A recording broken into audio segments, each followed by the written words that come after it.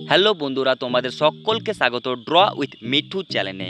তো আমরা ড্রয়িং সম্পর্কে আজকের এই ভিডিওতে শিখব কিভাবে লাইটিং এবং অ্যাঙ্গেলকে ইউজ করে আমরা শ্যাডোজ তৈরি করতে পারি।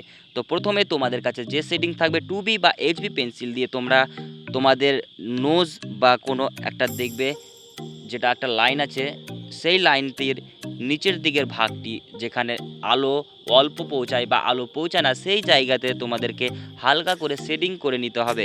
যেমনটা আমি করছি এই ভিডিওতে দেখতে পাচ্ছ তোমরা, ঠিক তেমনটাই তোমাদেরকে হালকা করে শেডিং করে নিতে হবে। শেডিং করার পর তোমাদেরকে দেখতে হবে কোন অ্যাঙ্গেল থেকে লাইটটা আসছে। যদি লাইটটা ওপর থেকে আসে তাহলে তার নিচের দিকের এরিয়াগুলোকে হালকা শেডিং করে কালো করে দিতে হবে। প্রথমে তোমাদেরকে সবথেকে লাইটেস্ট পেন্সিল শেডিং ইউজ করতে হবে।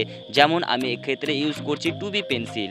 2B পেন্সিল ইউজ করার কারণ হলো যে আমার যদি এখানে লাইট কম লাগে তাহলে আমি এই 2B পেন্সিলে রেখে দিতে পারবো।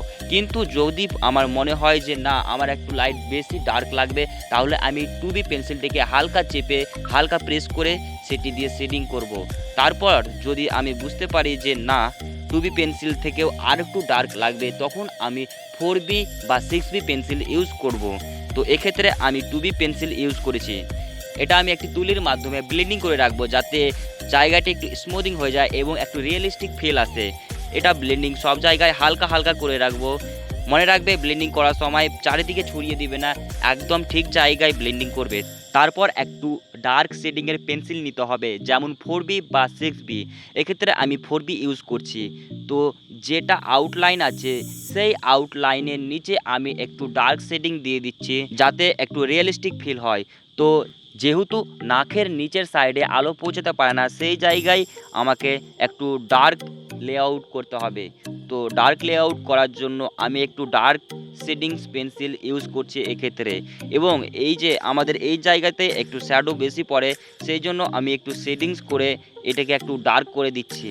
ডার্ক হয়ে যাওয়ার পর এর সাইডে দেখে নিতে হবে রেফারেন্স অনুযায়ী কোথায় কোথায় আলো পৌঁছাচ্ছে এবং কোথায় কোথায় আলো পৌঁছাচ্ছে না, সেই অনুযায়ী তোমাদেরকে শেডিংস করতে হবে।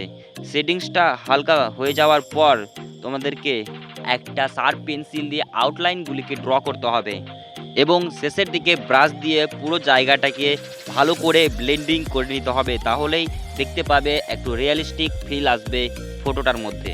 এই ধরনের ড্রয়িং টিপস পেতে হলে অবশ্যই সাবস্ক্রাইব এবং ফলো করে রাখুন ড্রয়িং উইথ মিঠু চ্যানেলটিকে।